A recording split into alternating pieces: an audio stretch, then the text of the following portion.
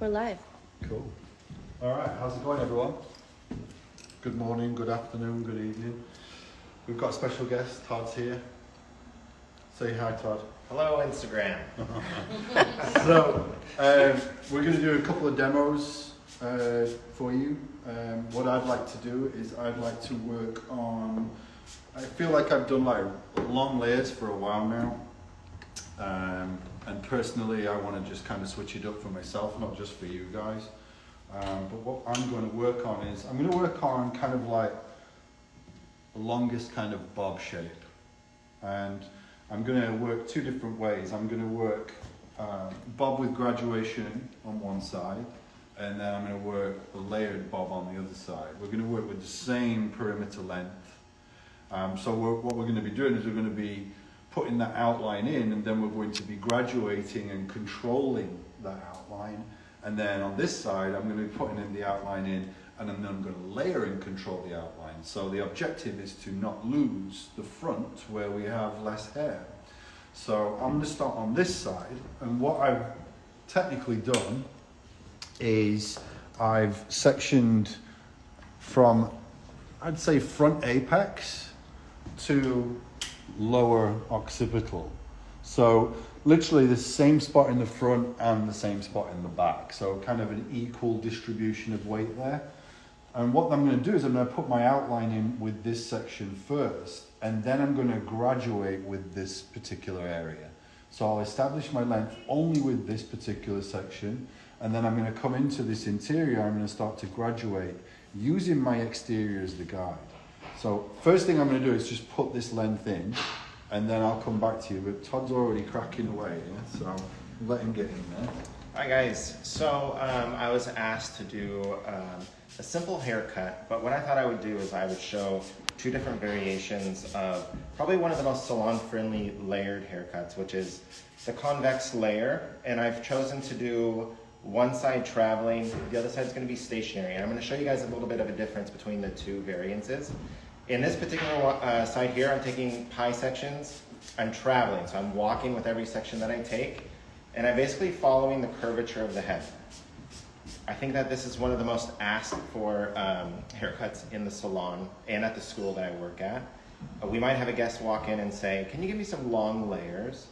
And that's kind of a vague or kind of general description of what they're asking for. But what I love to ask is, what kind of commitment level are you looking for? Are you wanting to maybe style your hair in the morning, just wash and go, maybe scrunch some product in your hair? And I love this approach. It's super simple, and I'm just taking pivoting sections through here. Once I get to the mastoid, which is this little bone right behind the ear, you're gonna see that I'm gonna transition into vertical sections into the front, and I'm choosing to do a traveling guide in the front here. So I'm gonna pull everything into the previous. What kind of shape is that going to create if we're working into the previous? It's going to give me more of a square shape, so it's going to be equal and balanced front to back, and that's what the goal is over here. Come back to me later on, and I'm going to show you my stationary side on the left side.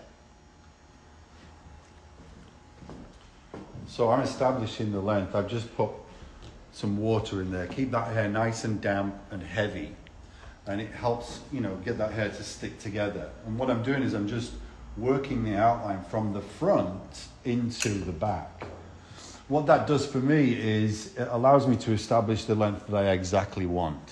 So instead of working back here and wondering where to start, I actually work from the length and work back. And what it does for the client is it kind of chills them out a little bit. It allows them to be more comfortable knowing that it's at the length that they've requested, instead of this kind of waiting game where you're stood behind them and popping that length in, and then you're working your way towards the front, and then they're not happy with it. So we're just going to pop that in from front to back. This particular side, the entire hair, this side, will be front to back, and it's going to be graduated. So what I'm doing is I'm establishing the outline. And as you can see within that section, whatever thickness that section is, all the hairs have been pulled down to this spot. So technically what that means is this is actually longer than what this is, even though they're brought down to the same spot. If I pull them out, I'm going to see a complete difference within their lengths, this being shorter, this being longer. So what I'll do is I'll actually use that to actually graduate this interior. So again, just pulling that first section down. Now, the smaller the section that I have, then there's more graduation, right? So the more of this that I have, then there's less graduation. So the bigger the circle, more graduation. The smaller the circle, less graduation. So all depends on what you want to do. What I'm looking for is more of a bevel on that edge of that bob, because I've made it a longer bob. So working this through, I've got wavier texture of hair, so I'm actually allowing the hair to do what it wants to do.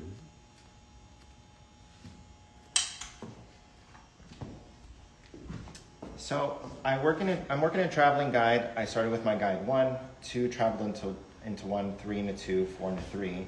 Before I move on to my next area here, I'm going to do a quick little cross check.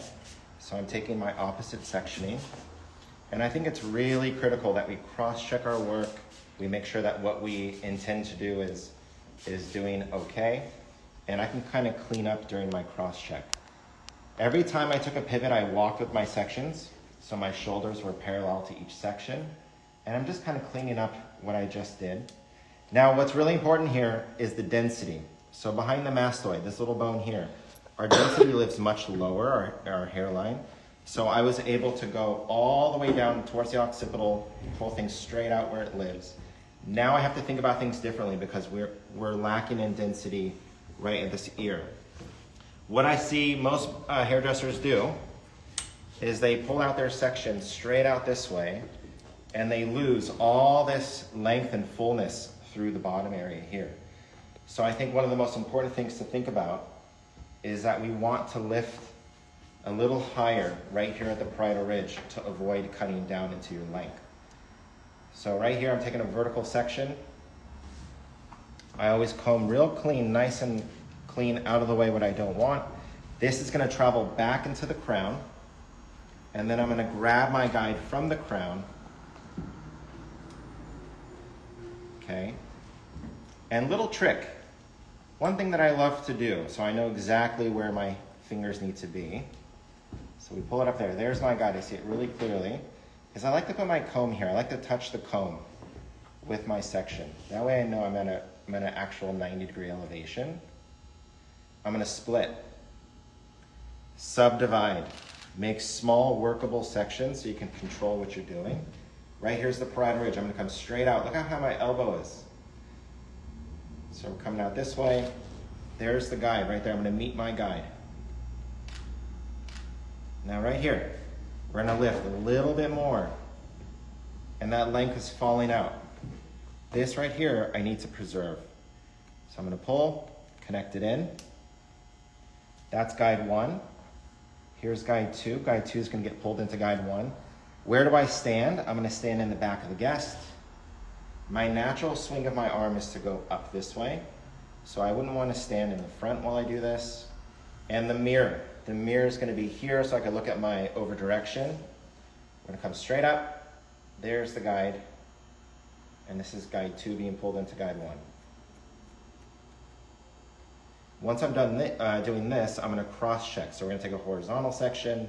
Because we pulled it into the previous, it should be equal and balanced from front to back. And we're gonna lift. Watch this length come out.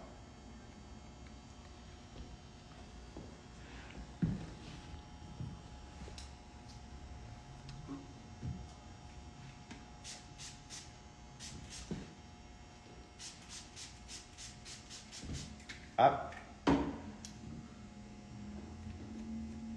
Always cutting to that second knuckle.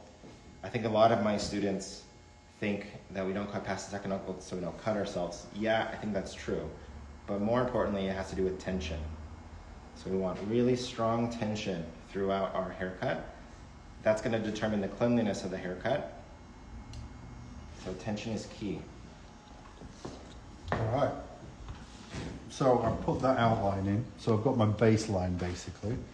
So if I just take a vertical section right here, before we get into this circular section that I've disconnected, if I look at this vertically now, what I'm going to notice is, I'm going to see that it's a buildup of weight.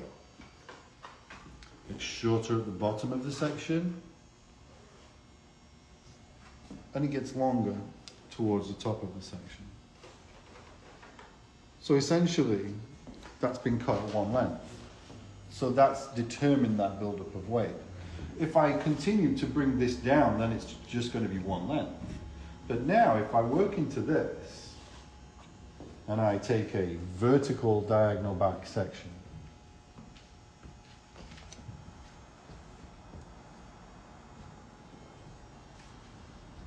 take a little bit of that front area that again has been pulled down.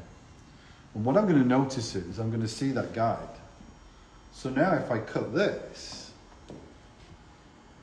I'm cutting this with elevation. There's the guide, you see it? So all I'm going to do is join this onto it. So I'm going to continue all the way into the back now, section by section, vertical diagonal back, and I'm going to create that graduation. What's going to happen is it's going to go from being heavy down here to lighter in the back.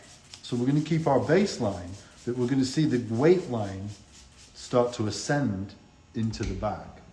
So essentially what's going to happen is I'm going to create a triangular shape, but I'm doing it from front to back. And that's because of the graduation within that section.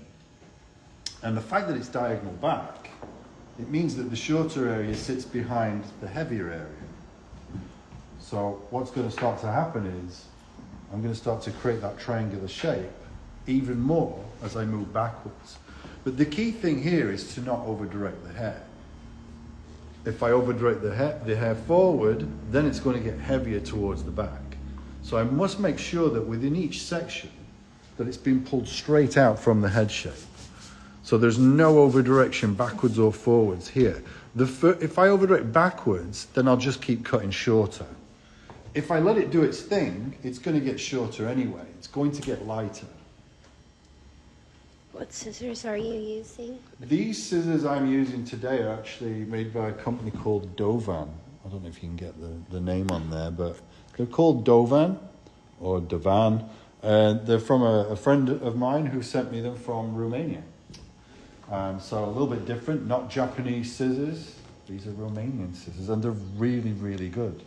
They were recommended from a friend, Dove Palmer and Company, working out of our friends at Electric in London. And I've used them a couple of times, and I'm really happy with them. Very, very strong and super sharp blade. I'm a haircutting nerd, so I have a bunch of different scissors. I like to use different ones, not throughout each haircut. I go through phases, so I'll use a particular pair for a couple of months, and then I'll grab a different one and use them. It keeps it lots of fun. So my sections are vertical diagonal back, as you can see, and I continue, and I'll start to pivot around the back of the head because of the curvature in this area. And as I pull each section out, I'll keep cutting that graduated angle on that diagonal back, and it'll just get a little bit lighter and lighter within each section. So technically cutting graduation triangular from front to back, so doing it backwards. Generally we start in the back and we pull the hair forwards, we pull away from what we want to keep, right? So there's a couple of different ways I can approach this. I can stand right in front of it, like I'm doing right now. So my body position, just facing what I'm doing. I'm going to have to spread the legs a little bit, the feet, so that I can actually come around and see exactly what I'm cutting. So that's what I'll do if I cut on the inside of the fingers. So I'll assume that position, and then I can work through, like so. So you can then work with that curvature of the section into the nape area. Or I could work it this way. Now there's pros and cons to everything that you do. So there's a good side and there's a bad side to it. So on this particular body positioning and hand positioning, I'm working on the outside of my fingers. So straight away I could pretty much only do it on this side. It's going to be very difficult for me to do that on the other side of my hand. And the other thing is, anytime I work on the outside of the fingers, it puts this elbow up. And if I drop that elbow, if I get lazy, complacent, if I start talking to somebody and forgetting what I'm doing, then that's just going to get flat by lowering that elbow. So I'm going to take all that weight out. Sorry. So instead of being graduated, then it's going to come in and be a lot flatter. So I'll start to layer that through. I'll start to convex layer, kind of like what Todd's doing, but much closer to the head shape. So if I do that, then I'm going to release a lot more weight on that inside. The idea here is to keep this quite heavy, keep that corner there right at the top. So keeping that top flat. The reason why you would see me doing this is because I'm a teacher, I'm an educator. So I have to put myself in a position where you guys can clearly see what I'm doing. So that's the only time I would work on the outside of the fingers in this particular instance. So pulling straight out from the head, using what's there previously as the guide. And as you can see, it joins into what's already been cut in the back. Remember, we cut an outline from front to back within that curved section. So I've always got kind of a meeting spot. It's like connecting the dots. One of my favorite techniques. So on this side, I chose to do traveling. On the left side, I'm choosing to do a stationary guide. Now, what's going to be the biggest difference? This side, obviously, we're going to create more balance. There's more evenness to it. It's going to definitely create more of a shagged effect, or maybe like a wolf cut type effect. On this side, I like to do a stationary guide when my guests are asking for something a little bit more tame, a little bit more workable. Maybe they say the words like long layers. And that's what's going to give me the most length and weight in the opposite direction. So right now I'm doing a triangular shape. Because I'm over directing everything in towards the back, it's going to be shorter, getting longer towards the front. And here's the tough part, is I have to hold all of this hair in order to do it. So I'm really combing with intention. I'm using the fine teeth of the comb. I'm pushing everything towards the middle. My mirror in the salon would be here, so I can look at my over direction. And why? Why am I standing on this side opposed to that side? And I don't think there's a wrong or right, but I will say that this is the natural way that my body should be. If I were to be on this side, and I'm physically trying to do a convex technique, I get on my tippy toes to try and do it, my shoulder gets raised, and this right here doesn't feel comfortable. So then my brain says, can you get comfortable? And does something like this. And it changes the entire technique. So, to be consistent, I want to stay on the left side of the guest because I'm right-handed, and I'm over-directing everything towards the middle.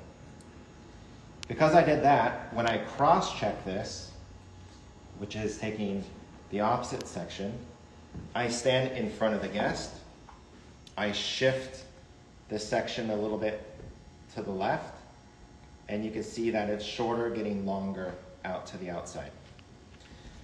You'll see that the difference between left to right, which is what I really wanted to show you, this is more subtle. It's longer. Compared to this side, you're seeing a lot more movement, a lot more weight being removed. A lot of the guests, especially in the school, will say things like, can you give me layers because I want volume? And I think it's up to us to educate the guest and let them know that layers is a deconstruction. It's the removal of heaviness or volume. Products and blow drying is what's going to give the guest volume if they're requesting layers. So we should teach them. Layers isn't going to give volume. It can give the illusion, but products and blow drying is what's going to give it. So we have to think about density, texture, and wave pattern. Will this technique suit the guest? So suitability is one of those things we have to bang into what we're trying to do. And let them know layers might not be suitable for you because you have less density, your wave pattern's a little different, maybe you need this instead. Now that I've done this here in the back, I took vertical sections on the other side. On this side, I'm choosing to take horizontal sections. What's the biggest difference? When I'm cutting horizontally, I'm controlling the shape, not the technique. So if my shape, let's say, is more rounded, my finger angle or my cutting angle is what's going to control that shape. My elevation is then going to be controlling the technique. So if I elevate everything to the middle, what kind of technique would that be? Shorter in the middle, getting longer on the outside, that's going to give me concave. If I was doing more of a traveling guide, I could control it and make it more of a convex. But this instance, I'm going to pull it all to the middle. Okay? All right.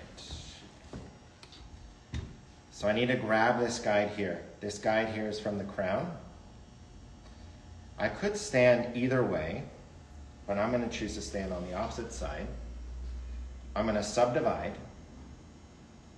And right there, there's my guide from the crown. I'm going to cut to the guide. Split. I want to control things. A lot of my students say, my fingers aren't big enough. I can't hold all the hair. Don't try and hold it all. Make small subsections so you can control what you're doing. Connect the dots. We're connecting it to there. And lastly, here.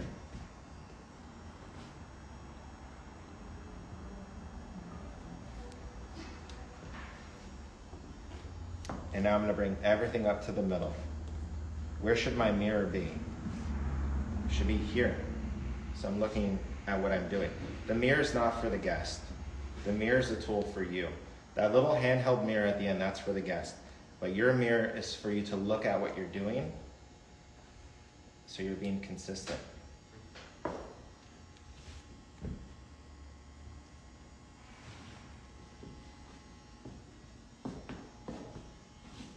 So I'm coming through and I'm cross-checking.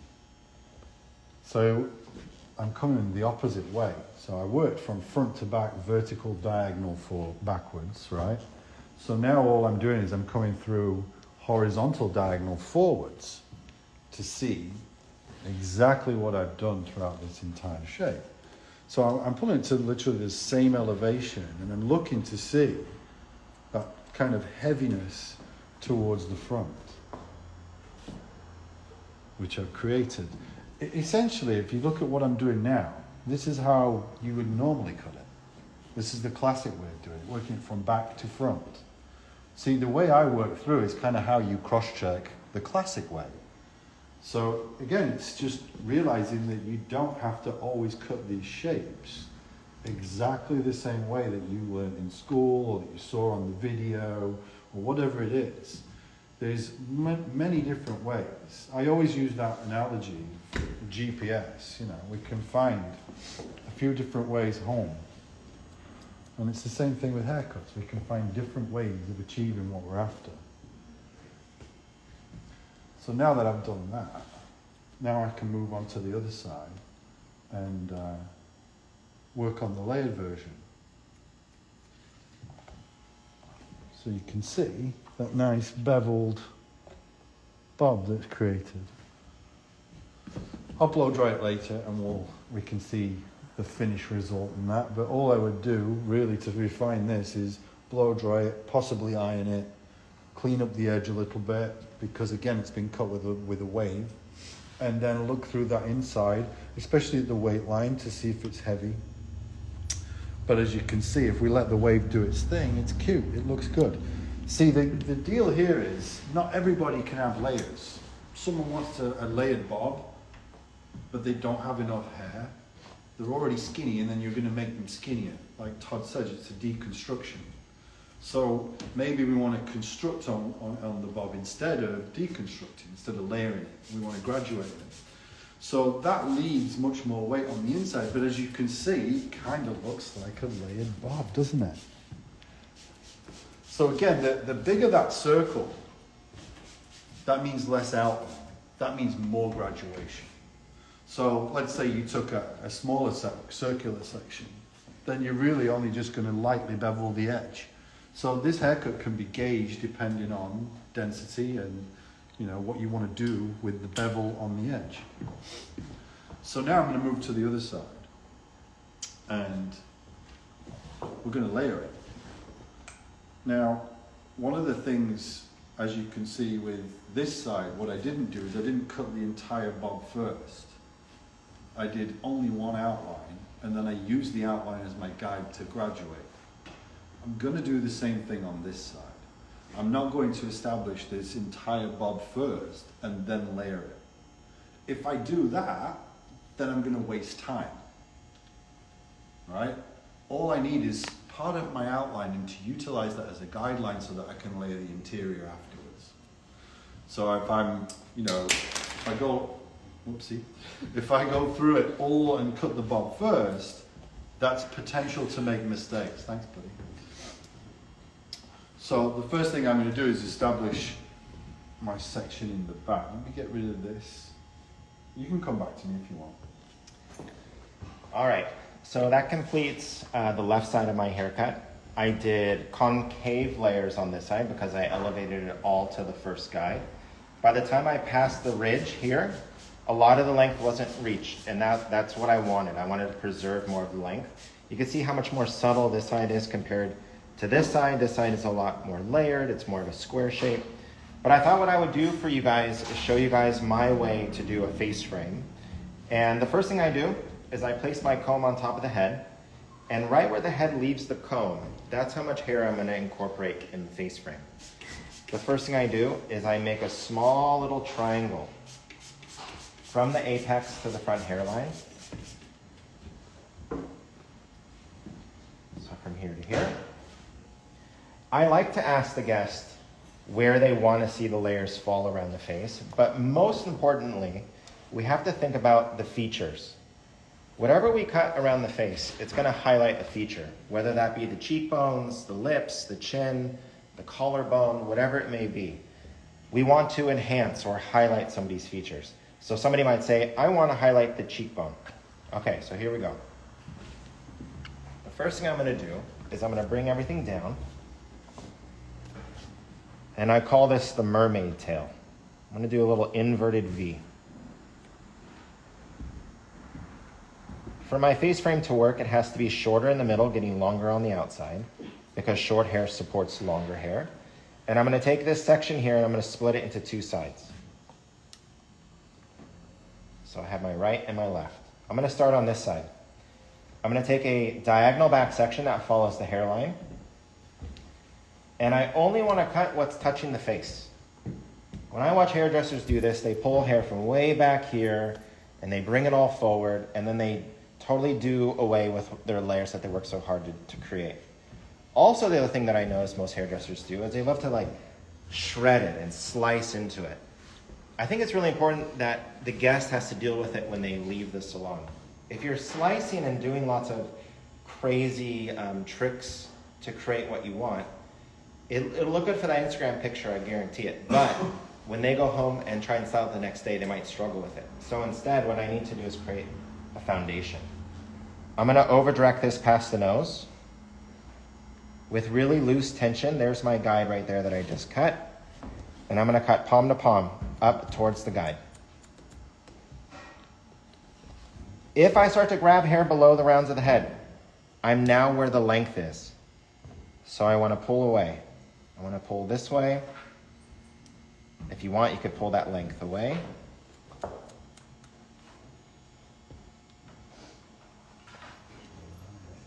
Call it curtain bangs, call it face frame, whatever you want to call it. Flaky. Flaky hair. Flicky hair? Yeah, that's what I say. When you layer it, it flecks. When you graduate, it levels. Oh, nice. So we're going to go past. My fingertips are pointed to the floor, knuckles point up to the ceiling. If you stand on that side and try to do this, I guarantee you're going to cut into the length, and things might look a little uneven or unbalanced. So we're over directing. And that's it. It only takes two sections. All this other hair behind here is my layers, so I don't want to really mess with it. I could do the same thing on this side, but I got to stand on the opposite side. We'll take another diagonal back section that follows the hairline, clip it out of the way. I'll do the same thing. We're going to go past the nose, let the comb do majority of the work. There's the guide right there. I'm going to flip this comb this way. And sometimes I like to work up into my palm on the opposite side. That way I don't accidentally make this side a little too short.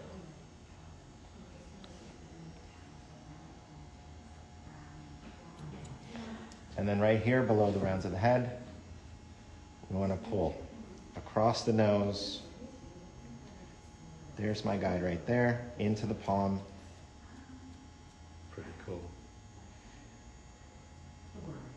Might be Jennifer Aniston bangs. I don't know what you want to call it, but yeah.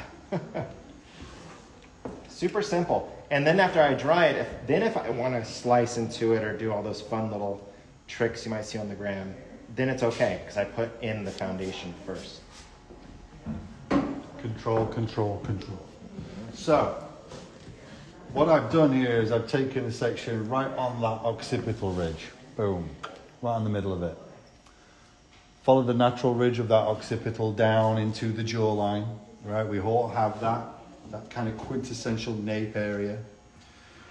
Now, when we usually start a bob, we start with smaller sections, right? But the thing is, the nape hair is the bonus hair. Our hairline, literally, if you think about it, is in this occipital region, right? And that works for pretty much everybody. So we don't have any hair down here through there, but we have this bonus stuff here. So realistically, what that means is my bob needs to be consistent at this particular spot. So when I comb this down and I establish my length, I'm going to use this length right here. Because this is the weakest spot of the hairline through the front, I'm going to use it as the guide. So I'll create the layer on the inside from my outline. But I need to get it from the occipital ridge. If I get it a little bit lower, then I'm lower than the hairline through here. So what starts to happen is I might start to lose this area. So realistically, I'm going to use that length from the O-bone. So I need to just establish some length here. So I'm only going to establish a little bit. I don't need everything right at this particular minute. I'm going to work from literally, let's say, where's the corner of the hairline? There's the corner of the hairline. So I'm going to establish my outline up to that spot. So this bit won't get cut yet. Now the reason why I'm putting that away is because the hairline changes from that point moving forward. All of a sudden we lose the density through here. So what might happen is if I cut all the way through, I might make a mistake. So I'll actually end up cutting this shorter than what this is. That's game over. We have a specific length that we want to work to and from, right? So we don't want to go shorter than what we've agreed with our client. So I'm going to work similar length to the other side. So I'm working from that neckline of this mannequin, basically. So just kind of above shoulders area. So now I've got that as the guide. I can just let that go now and leave that. See, I don't want to risk creating any mistake in this area. So I'm not going to go through the whole bob process. What I'm going to do now is I'm going to go through the layering process. That's going to get rid of most of the density that's already in there. So what will happen is it'll just leave me this last little bit at the end to just work. And it's going to be like connecting the dots. The layer that I leave up here will then be my guide to work to through there. So a really cool, simple way of working. So what I need to do now is take my sections into the top. I'm going to show you how easy this can be. I'm literally going to take profile sections. So front to back, vertical in the back, turns to horizontal in the front because of the round of the head shape. And I'm just going to pull that hair straight back. And what I'm going to do is I'm going to see the top of what I've just created. See that right there? That's my outline. And I'm going to cut a line that follows the curvature of the head shape. Do you want to turn around? So I'm following that. Is it better if I do that? Well, the other side. I can't do it that way. Turn the doll head around? This is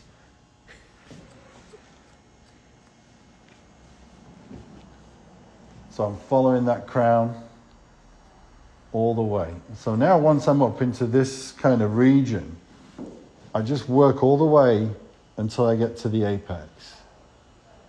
See, now I have this angle right here, and I'm just going to continue that angle all the way. So by working that curvature all the way from occipital to the apex, it gives me the angle to work through to the front. Now, this angle I cut through here is what's going to fall down onto the sides. So that's going to be the triangular shape within the haircut. So how drastic I make this is how drastic that's going to fall down here, or not drastic. So if I choose, I can come through and I can flatten that through if I want to, so that I can work to more of a shorter length through the front. So maybe more of a squarer feeling to it. But I'm going to go with the triangular so that I can keep the weight through the front. So my sections are just profile sections. And all I'm going to do is pull the hair straight back.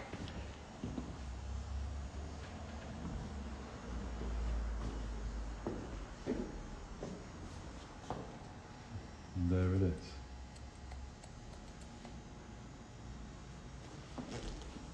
All the way through into the front, the top area.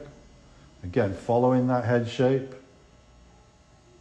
There's the guide. Really loving these scissors.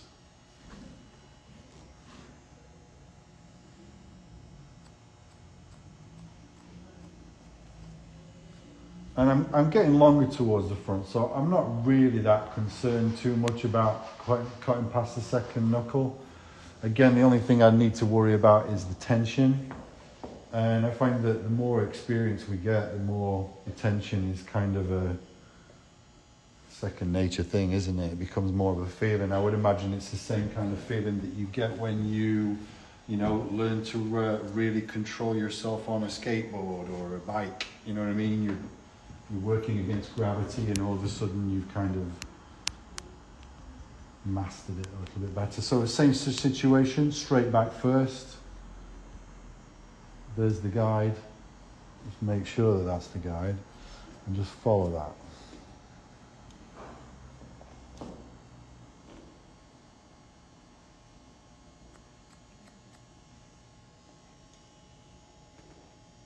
So just projecting that elevation all the way from occipital to apex, and then straight up to the ceiling. Last bit, same thing, straight back.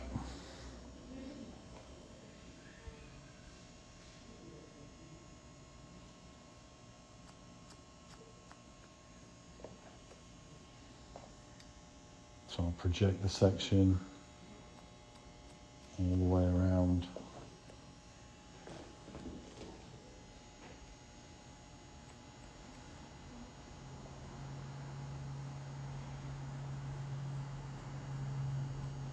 So you see what I've done is only a fraction of the outline, and then I've used that as the guide to then do everything in the interior.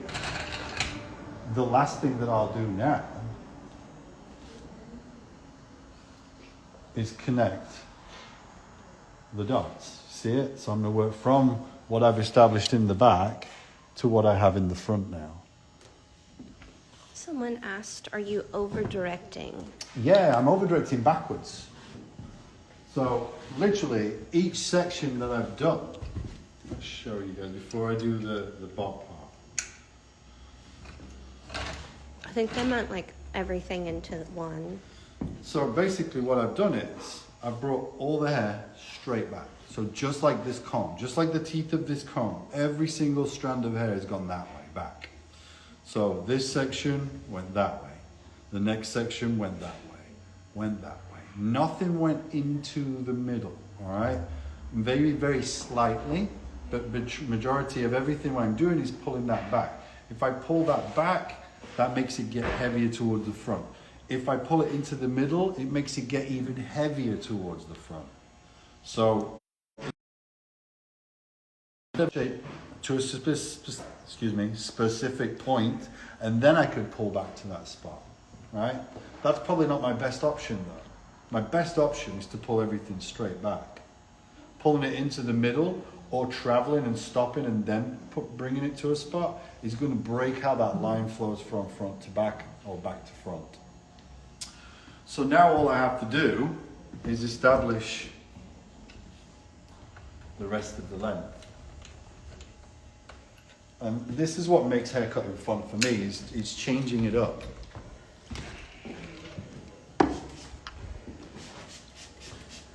Again, finding a different way home. You know, not only is it, efficiently done technically, it's good for us in what we think and what we're doing. So it stimulates us. Someone said, it looks easy, but I'm a left-handed person and it's not. It would be exactly the same thing. You just stand on the other side of the head. It's being lefty or right, it doesn't handicap you. You just cut it your way.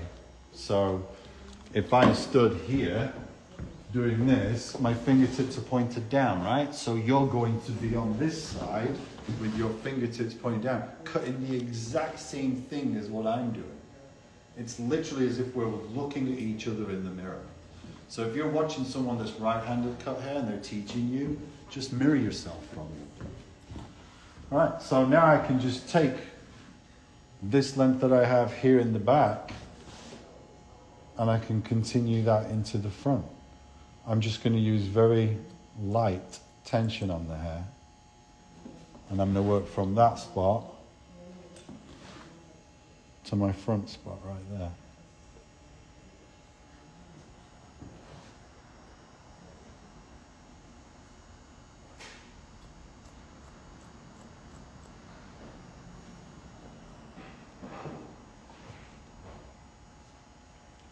Someone said, how are outlines affected when cut wet versus dry? Well, when you cut it wet, then it's just so much easier to control. But every time you do that, there's always going to be you've got to dry the hair and then you've got to refine it to make it look good when it's dry. If you do it dry, then you've got to do the most amazing blow dry you've ever done in your life. It has to be absolutely perfect. Every single strand has to be literally the same if you're going to iron it, you know. So it just depends on what kind of, like I said, which way do you want to go home? Which way do you want to do it, wet or dry? To me, it's much easier for me to mold the shape wet and then I can just visually refine the haircut once it's dry. So yeah, either way you have to blow dry it. So as you can see, both sides, put a little juice in here. Let's use a bit of this.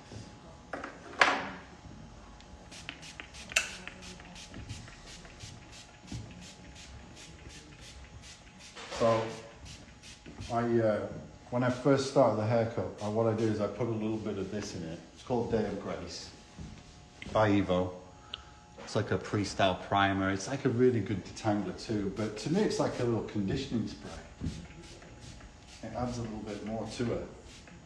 So I use that right before I start cutting and then once before I blow dry it. But let's have a look at the two shapes now.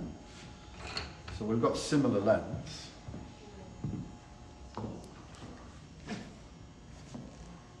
So layered side